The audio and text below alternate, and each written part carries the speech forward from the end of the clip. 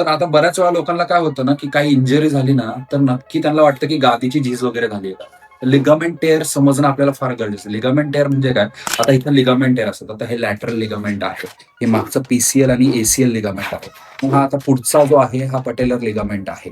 तर याच्यापैकी टेअर जातो. टेअर जातो म्हणजे काय होतं? तर लिगामेंट कापला जातो, कट होतो. तर याच्यामध्ये ग्रेड 1, ग्रेड 2 जो कट असतो, त्याच्यामध्ये आपण आपली आयुर्वेदिक औषधं आणि आपली ट्रीटमेंट घेऊन आहे ना, पूर्ण रिकव्हर करू शकतो. पण ग्रेड 3 किंवा 4 मध्ये पूर्ण लिगामेंट 4 मध्ये पूर्ण कट होतं. तर तिथे कोणतीही मॉडर्नची औषधं किंवा कोणतीही औषधं नाही. तिथे प्रॉपर आपल्याला तुटल्यानंतर काय शिवूनच घ्यायचं. तर तो शिवून घेणं गरजेचं असतं. तर आपल्या ट्रीटमेंटमध्ये आपण काय करतो ना, आपली जी ऍक्टिव्ह फिजिओथेरपी आणि आपली जी आपण ट्रीटमेंट देतो औषधांची, पंचकर्म त्याच्यासोबत इन्क्लुडेड आहे. याच्यामध्ये काय होतं, तिथे रक्तपुरवठा वाढवतो आणि त्याच्यामुळे तिथला लिगामेंट लवकर हील होतो. तर हे तू जर कंटिन्यू जर केलं ट्रीटमेंट, तर याच्यामध्ये लवकरात लवकर हील व्हायला मदत होते.